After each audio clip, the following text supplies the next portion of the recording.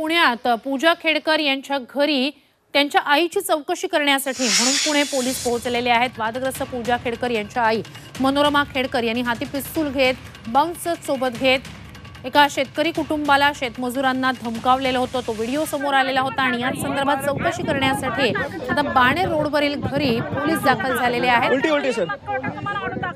या प्रकरणी आता त्यांच्यावर गुन्हा दाखल करण्यात आलेला आहे। सध्या पोलीस पूजा खेडकरांच्या आईची चौकशी करतायत, मात्र ते तपास कार्यात मदत करत नाहीयेत, सहकार्य करत नाहीयेत, म्हणून आता पोलीस थेट त्यांच्या घरी दाखल झालेले आहेत। पोलिसांनी त्यांच्या घराबाहेर नोटीसही लावलेली आहे। याचा आढावा घेतला आमचे प्रतिनिधी निलेश खरमरे यांनी।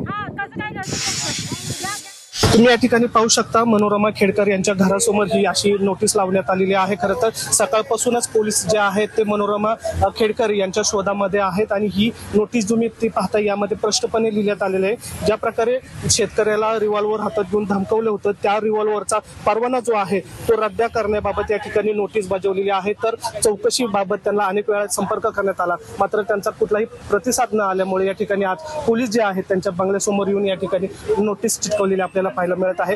मनोरमा खेडकर आहेत ते तपासामध्ये सहकार्य करत नसल्याचं पोलिसांचं म्हणणं आहे, म्हणूनच त्यांचं या ठिकाणी बंगल्यासमोर येऊन त्यांनी नोटीस लावलेली आहे। एवढंच नाही तर आज पुणे पोलीस आहेत मनोरमा ज्या ज्या ठिकाणी राहतात किंवा ज्या ज्या ठिकाणी त्यांचं कॉन्टॅक्ट आहे ते सुद्धा ते तपासणार आहेत, कारण जी नोटीस आहे ती प्रत्यक्षात त्यांच्या हातात देणं ही गरजेचं आहे। त्यामुळे ते नोटीससाठी मनोरमाचा शोध पुणे पोलीस या ठिकाणी घेताना आपल्याला पाहायला मिळणार आहेत। निलेश खरमरे, झी मीडिया, पुणे।